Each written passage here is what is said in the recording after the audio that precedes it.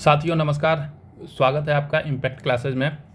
हम लोग बिहार दरोगा के लिए सेट प्रैक्टिस देख रहे थे, जिसमें 10 सेट प्रैक्टिस ऑलरेडी अपलोड कर दिया गया है।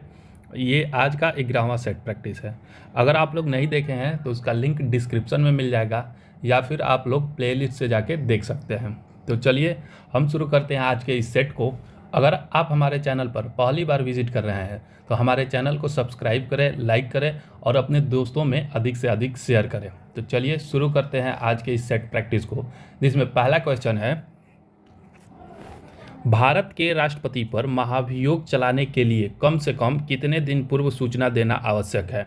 तो इसका राइट आंसर हो जाएगा ऑप्शन बी, 14 दिन पूर्व सूचना देना आवश्यक होता है। अगर बात करें महाभियोग की, तो महाभियोग संविधान के अनुच्छेद आर्टिकल 61 में वर्णित है। इसी के तहत राष्ट्रपति पर महाभियोग चलाया जाता है। चलिए नेक्स्ट देखते हैं। दूसरा कह रहा है कि सर्वोच्च न्यायालय में न्यायाधीश नियुक्त होने के लिए व्यक्ति को कम से कम कितने वर्ष उच्च न्यायालय का एडवोकेट होना चाहिए? तो इसका राइट आंसर हो जाएगा ऑप्शन बी, 10 वर्ष। कोई भी व्यक्ति को सर्वोच्च न्यायालय में न्यायाधीश की नियुक्ति के लिए कम से कम उच्च न्यायालय में 10 वर्ष का एडवोकेट का, या फिर कम से कम 5 वर्षों तक लगातार न्यायाधीश के रूप में कार्य कर चुका हो, वही व्यक्ति सर्वोच्च न्यायालय में न्यायाधीश नियुक्त हो सकता है।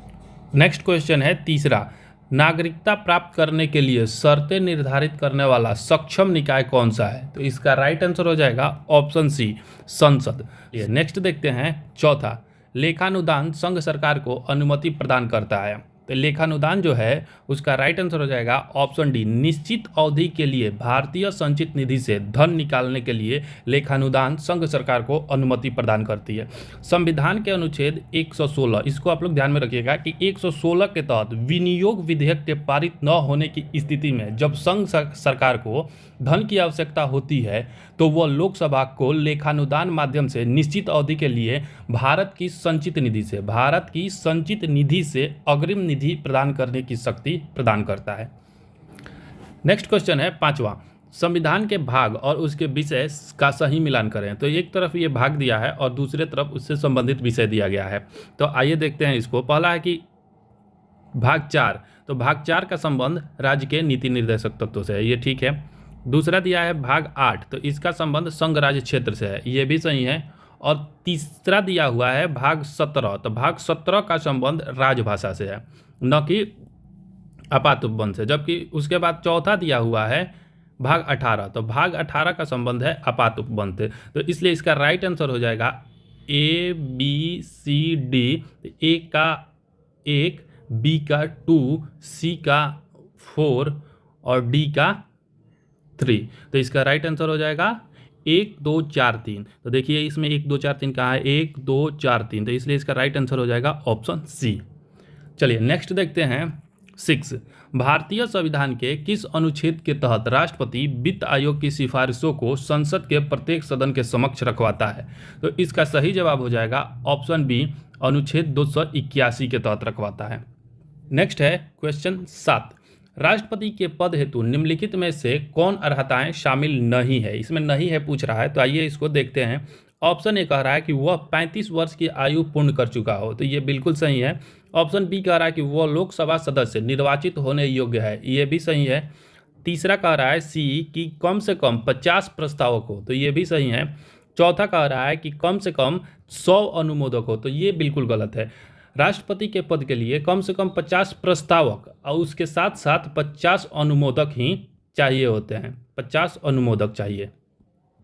अगर बात करें राष्ट्रपति पद की अर्हताएं, तो ये संविधान के अनुच्छेद 58 में वर्णित है, जिसमें क्या क्या अर्हताएं चाहिए वो संविधान के 58 में बताया गया है, अनुच्छेद 58 में बताया गया। इसलिए आप लोग इसको भी ध्यान में रखिएगा, ठीक है। चलिए नेक्स्ट देखते हैं 8वां, संविधान सभा के चुनाव में कांग्रेस को कितनी सीटें प्राप्त हुई थी?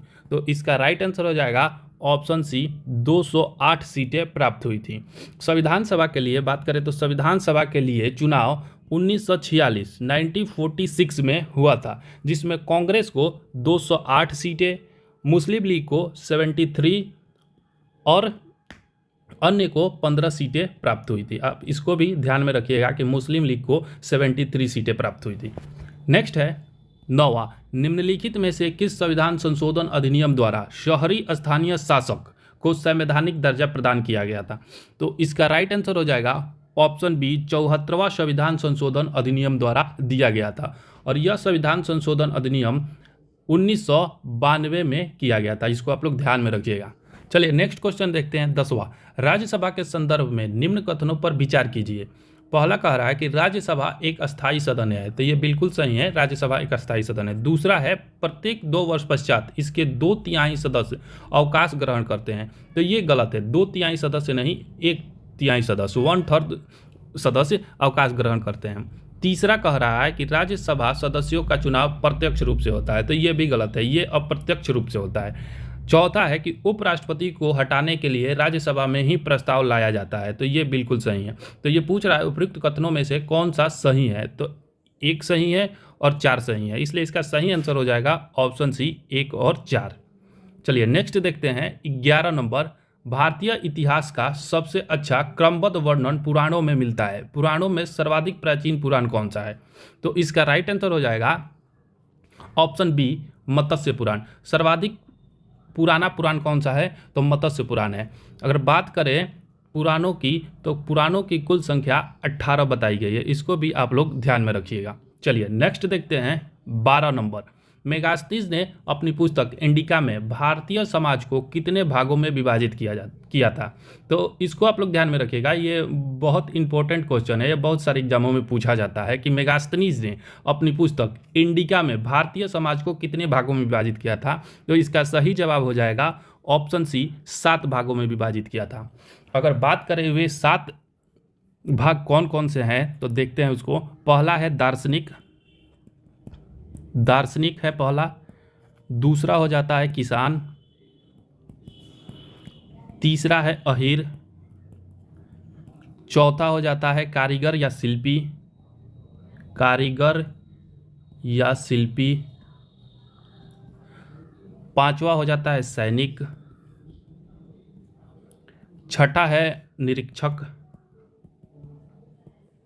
और 7वां हो जाता है सभासद। तो इन्हीं 7 भागों में मेगास्थनीज ने भारतीय समाज को विभाजित किया था, तो इसको आप लोग ध्यान में रखिएगा।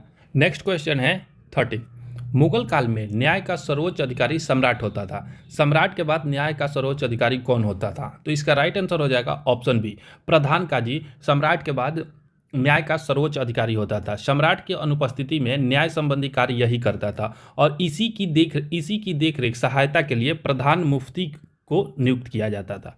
चलिए नेक्स्ट देखते हैं 14, निम्न में से किस भारतीय नेता ने खिलाफत आंदोलन का समर्थन नहीं किया था? तो इसका राइट आंसर हो जाएगा ऑप्शन बी, मदन मोहन मालवीय ने खिलाफत आंदोलन का समर्थन नहीं किया था। अगर बात करें खिलाफत आंदोलन की, तो इसकी शुरुआत वर्ष 1919 में हुआ था। नेक्स्ट देखते हैं 15 नंबर, डेक्कन एजुकेशन सोसाइटी की स्थापना निम्न में से किसने किया था? तो इसका राइट आंसर हो जाएगा ऑप्शन सी, बीजी तिलक। बाल गंगाधर तिलक ने डेक्कन एजुकेशन सोसाइटी की स्थापना की थी। तो डेक्कन एजुकेशन सोसाइटी की स्थापना 1880 में किया गया था। सन आप लोग याद रखिएगा, सन पूछा जाता है। चलिए नेक्स्ट देखते हैं 16 नंबर, राजा रणजीत सिंह को राजा की उपाधि किसने दी थी?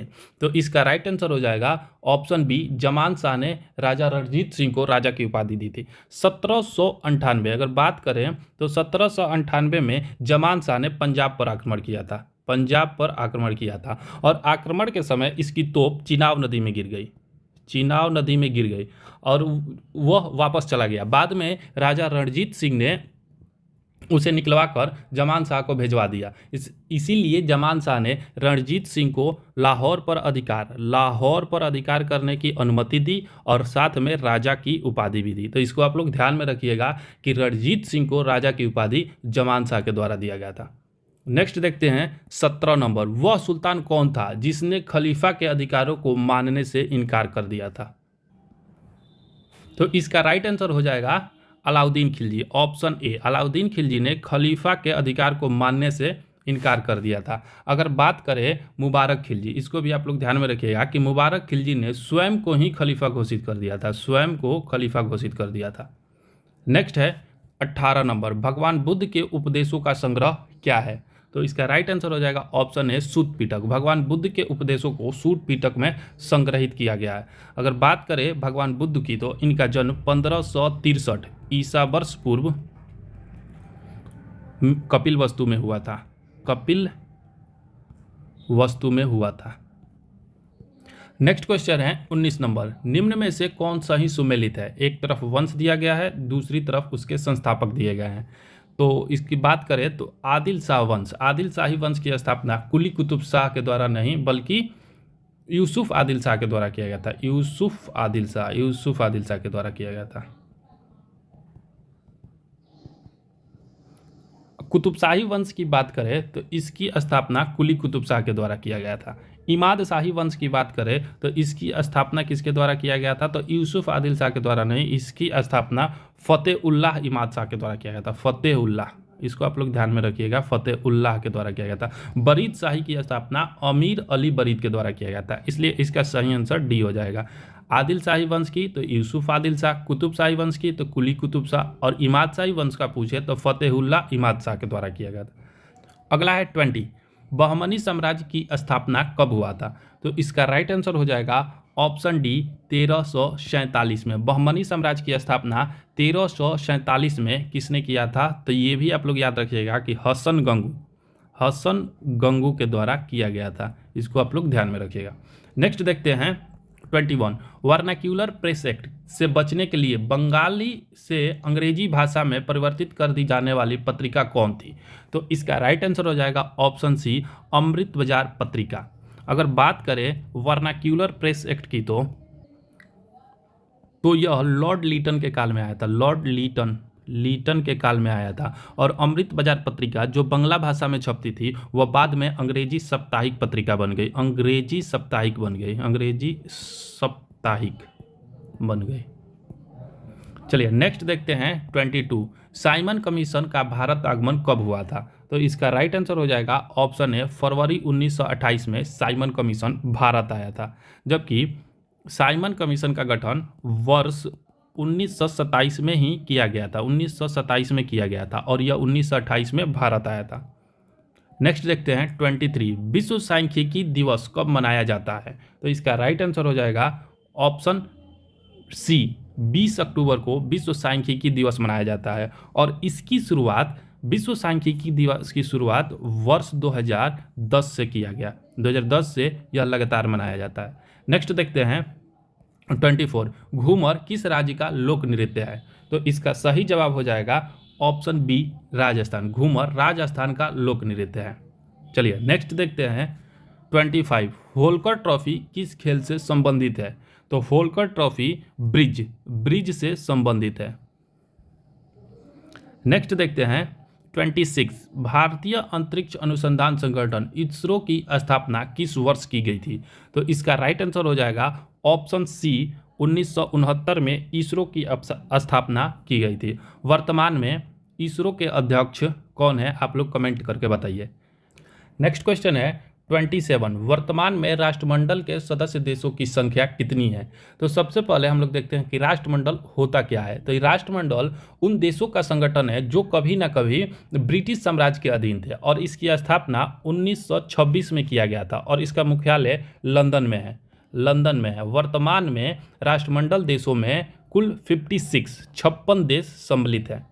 नेक्स्ट देखते हैं 28, निम्न में से कौन सबसे चौड़ी जल संधि है? ध्यान में रखिएगा कि चौड़ी जल संधि पूछ रहा है, तो इसका राइट आंसर हो जाएगा ऑप्शन ए डेविस जल संधि सबसे चौड़ी जल संधि है। जबकि सबसे विशाल जल संधि कौन है? तो सबसे विशाल में टार्टर जल संधि सबसे बड़ी विशाल जल संधि है। जबकि सबसे चौड़ा जलप्रपात कौन है? तो ये खोन जलप्रपात सबसे चौड़ा जलप्रपात है।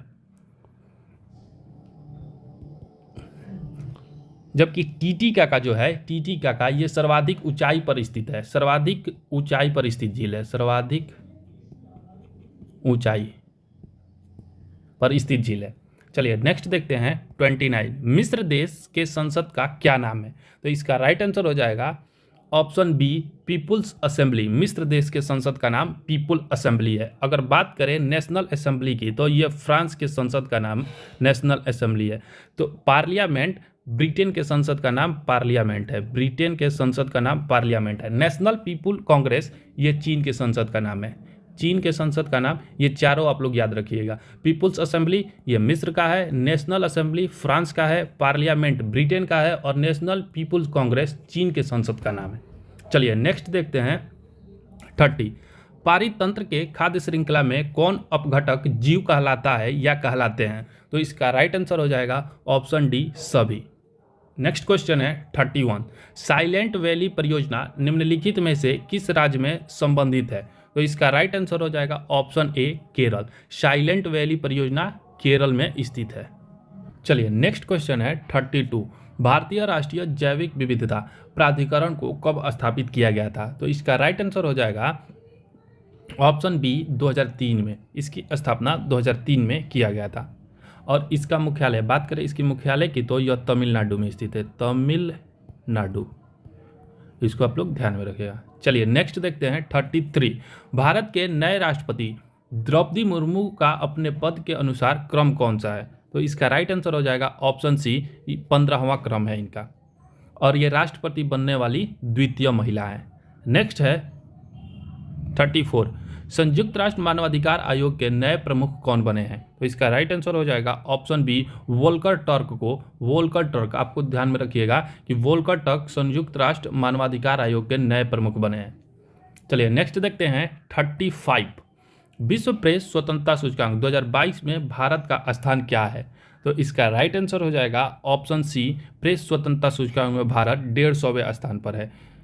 ये जो प्रेस स्वतंत्रता सूचकांक है ना, इसको reporter without border, reporters without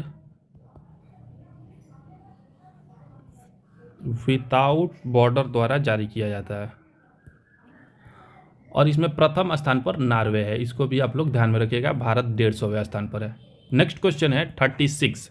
धर्म गार्जियन युद्धाभ्यास 2022 का आयोजन कहाँ किया गया? तो इसका राइट आंसर हो जाएगा ऑप्शन ए, यह कर्नाटक में किया गया। और यह भारत धर्म गार्जियन युद्धाभ्यास जो है ना, वो भारत और जापान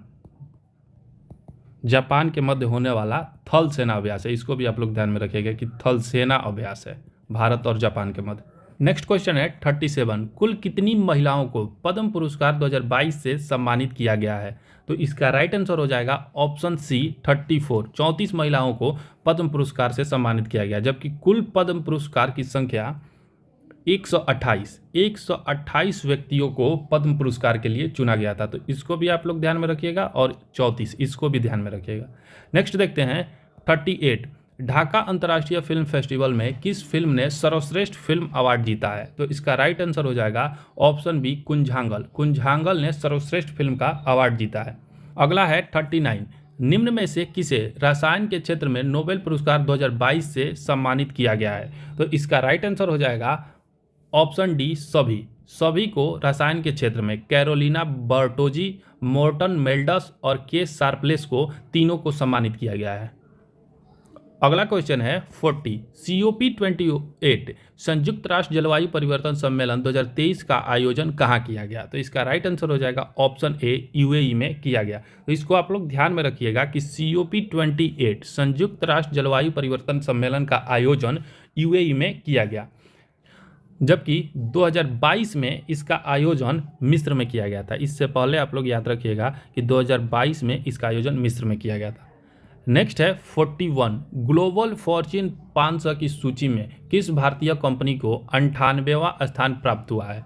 तो इसका राइट आंसर हो जाएगा ऑप्शन बी LIC को 98वां स्थान प्राप्त हुआ है। चलिए नेक्स्ट देखते हैं।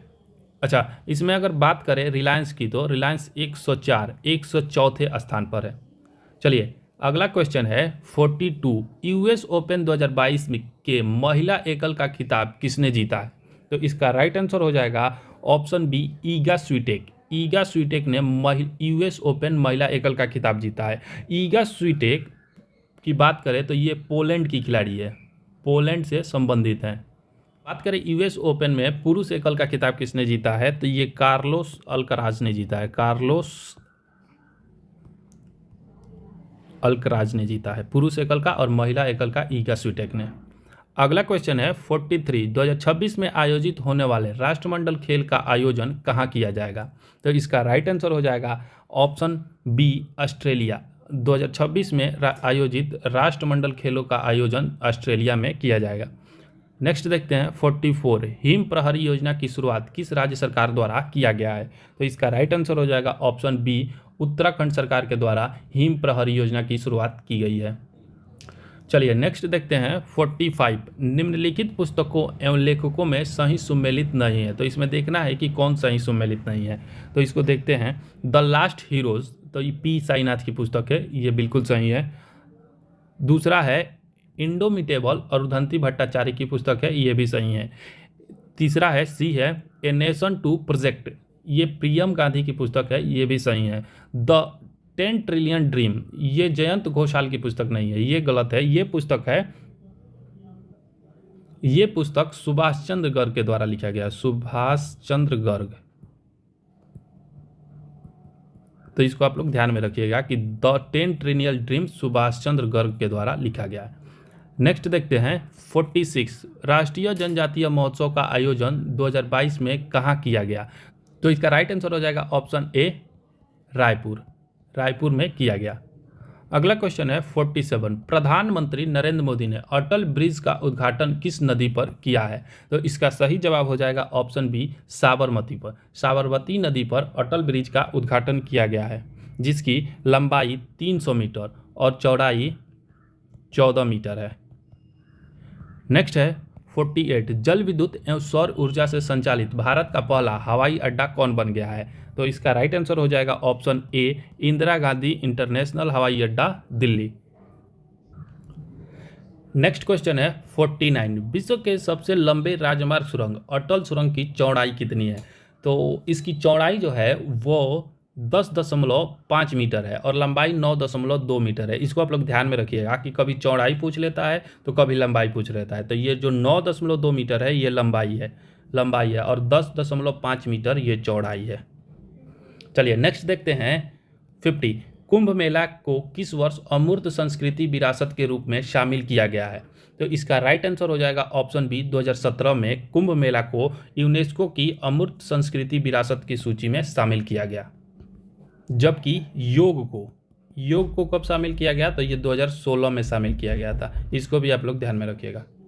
अगला क्वेश्चन है 51, कच्चे इस्पात के उत्पादन में भारत का स्थान विश्व में कौन सा है, तो इसका सही जवाब हो जाएगा ऑप्शन बी दूसरा। कच्चे इस्पात के उत्पादन में भारत दूसरे स्थान पर है। अगर बात करें पहले स्थान पर, तो पहले स्थान पर चीन है। नेक्स्ट क्वेश्चन है 52, मेडिसिन फ्रॉम द स्काई परियोजना की शुरुआत किस राज्य के द्वारा किया गया है, तो इसका राइट आंसर हो जाएगा ऑप्शन बी तेलंगाना के द्वारा किया गया। इस परियोजना के तहत मेडिसिन फ्रॉम द स्काई परियोजना के तहत ड्रोन के माध्यम से दवाओं एवं टीकाओं का वितरण किया जाएगा। चलिए नेक्स्ट देखते हैं 53, काजू वैली आर्द्रभूमि क्षेत्र का संबंध किस राज्य से है, तो इसका राइट आंसर हो जाएगा ऑप्शन सी तमिलनाडु। काजू वैली आर्द्रभूमि क्षेत्र तमिलनाडु का है और यह तमिलनाडु का 16वां पक्षी अभ्यारण्य भी है, 16वां पक्षी अभ्यारण्य है। चलिए नेक्स्ट देखते हैं 54, भारतीय नौसेना द्वारा किस पनडुब्बी को हाल ही में सेवा मुक्त किया गया है, तो इसका राइट आंसर हो जाएगा ऑप्शन ए INS सिंधु ध्वज को सेवा मुक्त किया गया है। इसको वर्ष 1987 में भारतीय नौसेना में शामिल किया गया था। चलिए नेक्स्ट देखते हैं 55, मासिक धर्म स्वच्छता प्रबंधन योजना प्रारंभ करने वाला बिहार का पहला जिला कौन बन गया है, ये परीक्षा में छपने वाला क्वेश्चन है। इसको आप लोग बिल्कुल ध्यान में रखिएगा कि मासिक धर्म स्वच्छता प्रबंधन योजना प्रारंभ करने वाला बिहार का पहला जिला कौन बन गया है, तो इसका राइट आंसर हो जाएगा ऑप्शन बी पूर्णिया। इसका राइट आंसर आप ध्यान में रखिएगा कि पूर्णिया बन गया है। चलिए नेक्स्ट क्वेश्चन है 56, हाल ही में लिली रे का निधन हो गया, उनका संबंध किस क्षेत्र से था, तो इसका राइट आंसर हो जाएगा ऑप्शन ए साहित्य से था। लिली रे मैथिली साहित्यकार है। वर्ष 1982 में इन्हें साहित्य अकादमी पुरस्कार मिला था वर्ष 1982 में, इसको ध्यान में रखिएगा। अगला क्वेश्चन है 57, जनजातीय गौरव दिवस प्रतिवर्ष मनाया जाता है। तो इसका राइट आंसर हो जाएगा ऑप्शन सी, 15 नवंबर को जनजातीय गौरव दिवस मनाया जाता है और यह बिरसा मुंडा के जन्मदिवस के उपलक्ष्य में मनाया जाता है। चलिए नेक्स्ट देखते हैं 58, निम्नलिखित में से कौन सा जलप्रपात राजस्थान में स्थित नहीं है। तो इसको देखते हैं हम लोग। चुलिया जलप्रपात ये राजस्थान में स्थित है, पुनासा ये भी राजस्थान में है, मेनाल ये भी राजस्थान में है, जबकि डी जो कह रहा है पायरकारा ये राजस्थान में नहीं स्थित है। पायरकारा तमिलनाडु में स्थित है,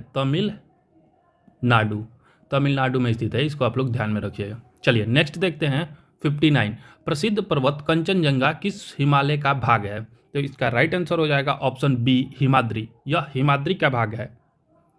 नेक्स्ट क्वेश्चन है 60, दिए गए विकल्पों में से किस राज्य से होकर भारत का मानक समय नहीं गुजरता है। तो आइए इसको देखते हैं। तो इसका राइट आंसर हो जाएगा ऑप्शन डी, झारखंड से नहीं गुजरता है। भारत का मानक समय रेखा जो है वो 82.5 डिग्री पूर्वी देशांतर है। यह भारत के 5 राज्यों से होकर गुजरता है, जिसमें पहला उत्तर प्रदेश, दूसरा मध्य प्रदेश, तीसरा ओडिशा, चौथा हो जाएगा आपको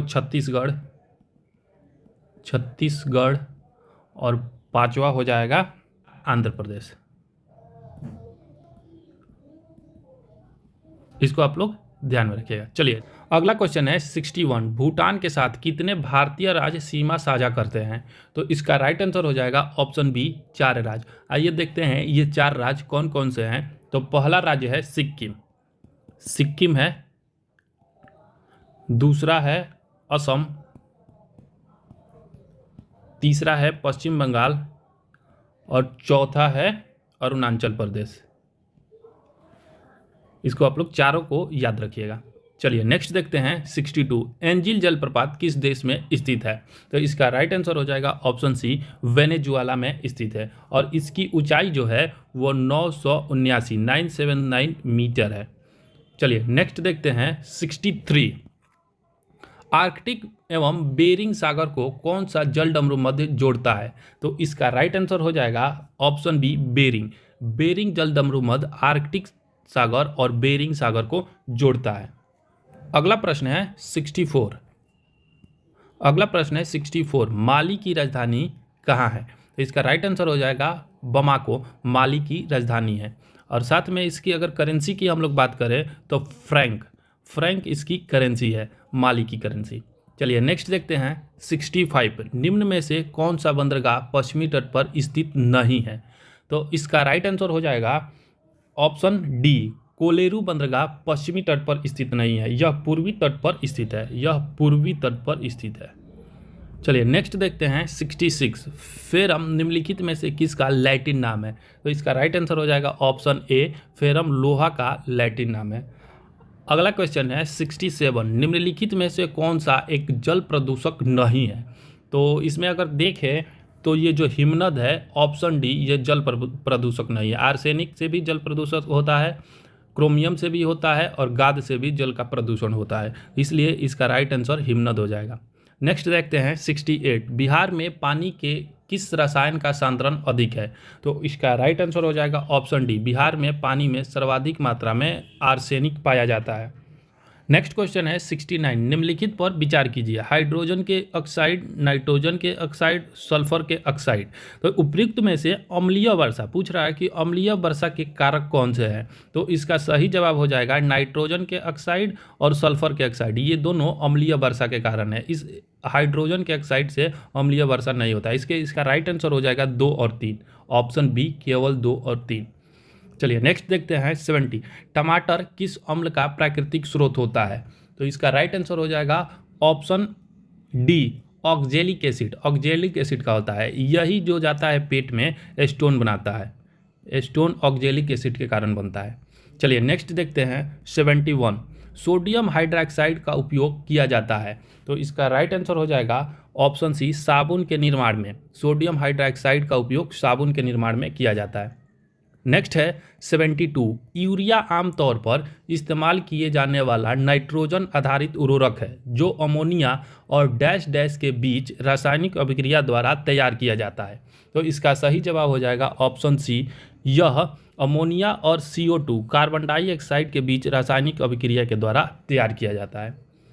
अगला क्वेश्चन है 73, नाभिकीय विखंडन में निम्नलिखित में से कौन सी किरणें नहीं निकलती है? तो इसका सही जवाब हो जाएगा ऑप्शन डी, अवरक्त किरणें नाभिकीय विखंडन से नहीं निकलती है, जबकि अल्फा, बीटा और गामा किरणें निकलती है। चलिए नेक्स्ट देखते हैं 74, निम्नलिखित में से किसकी कमी के कारण मानव शरीर में धीमी वृद्धि होती है? तो इसका राइट आंसर हो जाएगा ऑप्शन सी, प्रोटीन के कमी के कारण मानव शरीर में धीमी वृद्धि होती है। चलिए नेक्स्ट देखते हैं 75, नागफनी के पौधे में प्रकाश संश्लेषण निम्नलिखित में से किस भाग में होता है? तो इसका सही जवाब हो जाएगा ऑप्शन ए, तना में। नागफनी के पौधे में तना में प्रकाश संश्लेषण होता है। अगला प्रश्न है 76, आनुवांशिकी चिकित्सा के अंतर्गत आनुवांशिकी विकार के साथ पैदा हुए बच्चों के उपचार हेतु जीन को व्यक्ति के किस भाग से लिया जाता है? तो इसका राइट आंसर हो जाएगा ऑप्शन ए, कोशिका से इसको लिया जाता है। अगला प्रश्न है 77, रक्तवाहिका में रक्त का थक्का नहीं बनने का कारण क्या होता है? तो इसका राइट आंसर हो जाएगा ऑप्शन डी, हेपेरिन के कारण रक्तवाहिका में रक्त थक्का नहीं बनता है। नेक्स्ट क्वेश्चन है 78, निम्नलिखित में से किस विटामिन को शरीर में संचित नहीं किया जा सकता है? तो इसका राइट आंसर हो जाएगा ऑप्शन सी, विटामिन सी को शरीर में संचित नहीं किया जा सकता है। अगला क्वेश्चन है 79, रुधिर के प्लाज्मा में निम्नलिखित में से किसके द्वारा एंटीबॉडी निर्मित होता है? तो इसका राइट आंसर हो जाएगा ऑप्शन बी, लिम्फोसाइट के द्वारा निर्मित होता है। यह WBC का सबसे छोटा कण होता है, WBC का सबसे छोटा कण, इसको आप लोग ध्यान में रखिएगा।